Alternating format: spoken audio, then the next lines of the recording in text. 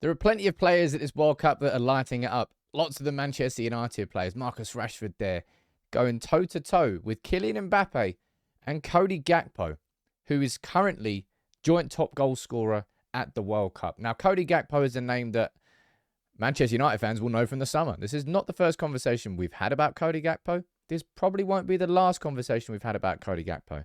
But I want to do this video because I think I've seen enough now, and I want to explain myself in this video. I've seen enough to say that I want Manchester United to go all out to try and sign Gakpo in January. This is not a knee-jerk reaction to him scoring 3-3 for the Netherlands at the World Cup, although that is mighty impressive. It's off the back of everything that we saw in the summer, what we've seen so far with the progression this season with Gakpo, and quite a few more things. So make sure you drop a like on the video. Make sure you subscribe. But Rude, I'm looking to you for some energy. But Cody Gakpo, man, hasn't he been ridiculously impressive for the Netherlands at the World Cup? 3 goals in 3, and 3 completely different goals. A header there in the final few minutes there. A wonderful ball from Frenkie de Jong. Instinct to get in there. Cracking header. Great finish. Not as good as the finish for the second one. Left foot. Fired it in. Rifled it in against USA after, 6-7 minutes. And then against Qatar on his right peg. 3 completely... He scored a perfect hat-trick so far at the World Cup. And his name has been linked to Manchester United back from the summer, before we signed Antony. Had Man United operated a little bit smarter, I think, in the summer, I believe we could have got Cody Gakpo and Antony. But then we ended up overpaying for Antony, and we didn't get until late in the window. No time to sign Gakpo. But in terms of what comes next, this is what Fabrizio Romano has been saying about Gakpo's future. He's already said, look, I'm focused on the World Cup now. It's nice to hear, but, I'm just focusing on what I'm doing here with the Netherlands. But Romano's confirming that Gakpo's agents are already working on a potential transfer, as he's expected to leave PSV in 2023. Now, will that be in January? Romano with an update on that, saying there are chances for Gakpo to leave PSV in January. The original plan was to sell him in the summer, but that could change after an excellent World Cup. And I spoke about this with you on the live stream this morning, and I said, look, Cody Gakpo, I think his value is going to peak after the World Cup. I don't think him staying at PSV for another second half of the season, not being involved in the Champions League. Of course, PSV didn't get past Rangers in the qualifiers. I don't think winning the Eredivisie title is going to increase his value any more than what he's done for himself at the World Cup. And I just feel like I've seen enough, and there's justification, and I want to explain that in terms of how and why I think Gakpo would be a good signing. Now, Ryan Babel did a nice piece. I know Ryan Babel, that's hilarious. Ryan Babel did a piece with The Athletic, just sort of a guest piece. And he spoke about Cody Gakpo. And this part in particular, I thought deserved having a conversation about. He said this. He goes, his skills are very diversified. Almost like you're seeing him score headers, left foot, and right foot. He's saying he's able to go outside his fullback, has the pace to run in behind, and he can cut inside from the left and shoot.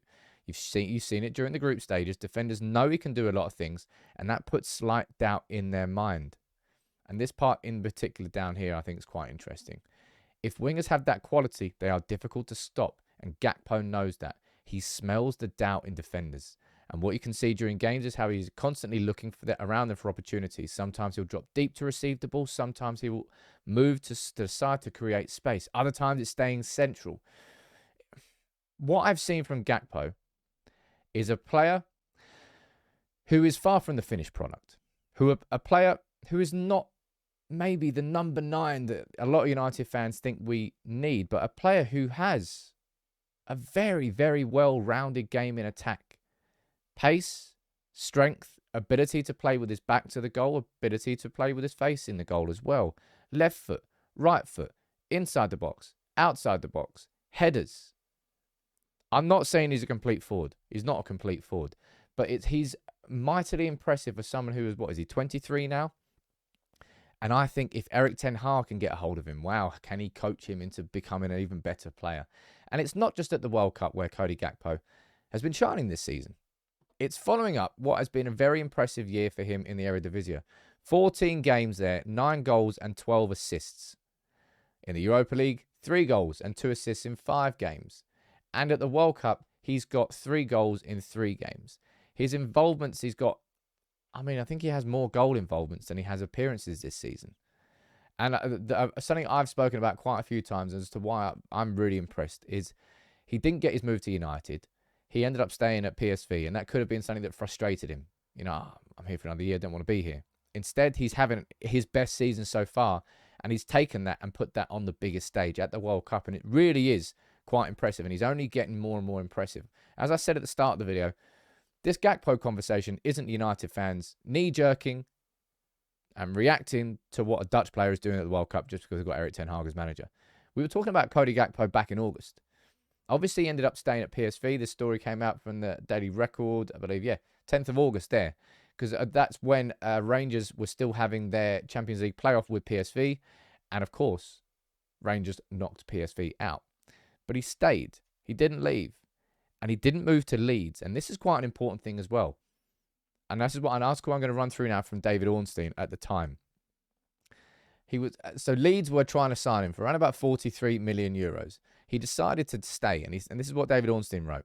There was a sense around the talks that Gakpo might warm to the idea, having previously shown reluctance, but his superb form at club and international level is believed to have shifted his expectations, and Leeds have been made aware that he is currently not in favour of the switch.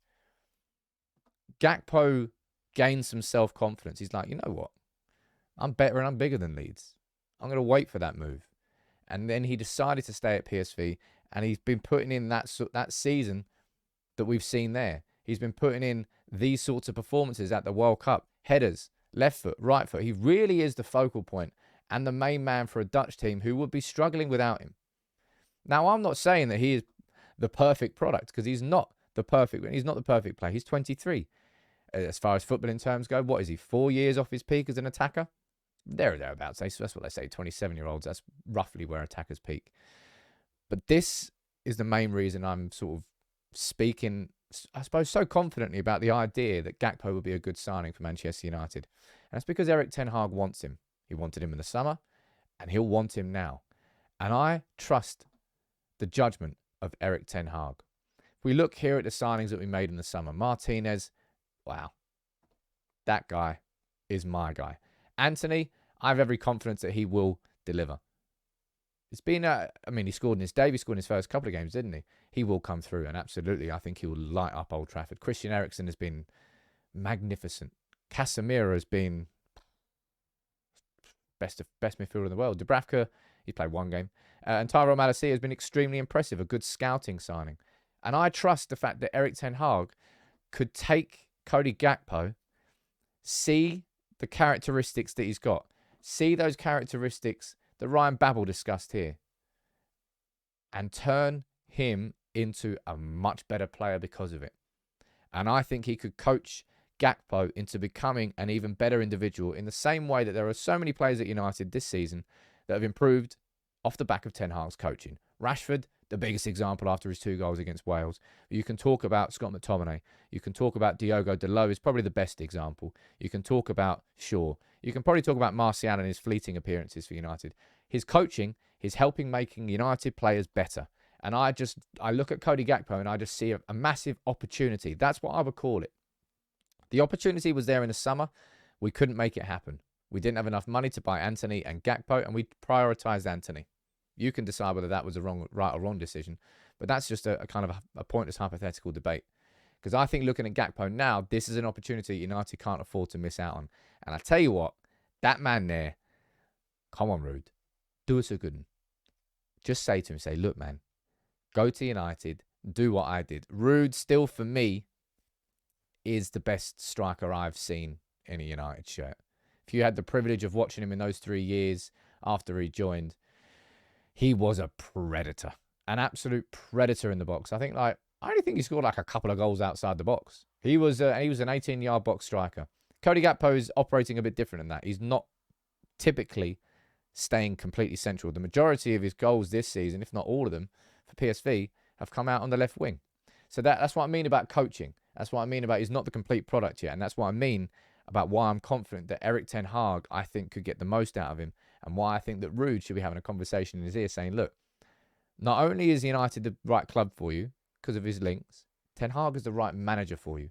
I think that's really important. That's why I say it's an opportunity that I don't think he'll want the move to United. He wanted it in the summer, and he'll want it again in January. Of course, the big question is whether or not the Glazers or Manchester United are going to be giving any money to signings in January.